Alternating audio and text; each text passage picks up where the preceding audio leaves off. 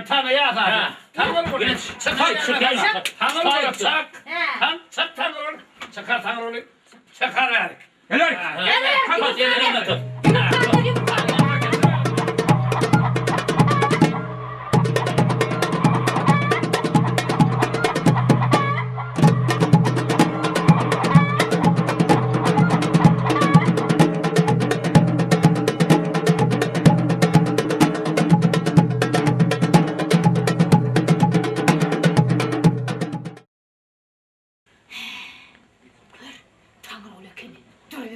İçmiyor heriflerden. Bakın benim şunu yerim var ya, ben mor var ya, şimdi dikiyor, hep var ya, şunu buraya vurdum. Çıkar benim. Hani buraya vurdum. Tanrı böyle. Hay Tanrı. Çık. Berik gel, Tanrı böyle.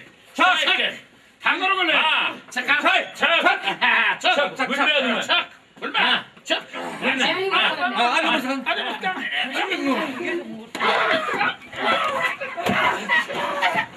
Gelin. Gel Tanrı gel.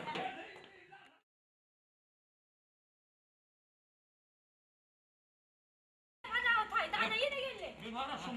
Yine de geldi.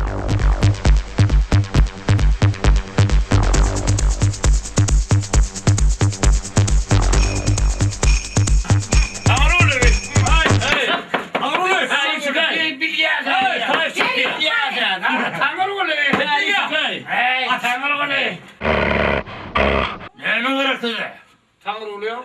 Yok mu? Yok Tanrı oluyor. Yok diye yorum. Gidelim. Yok diye. Vay sen ne alaka?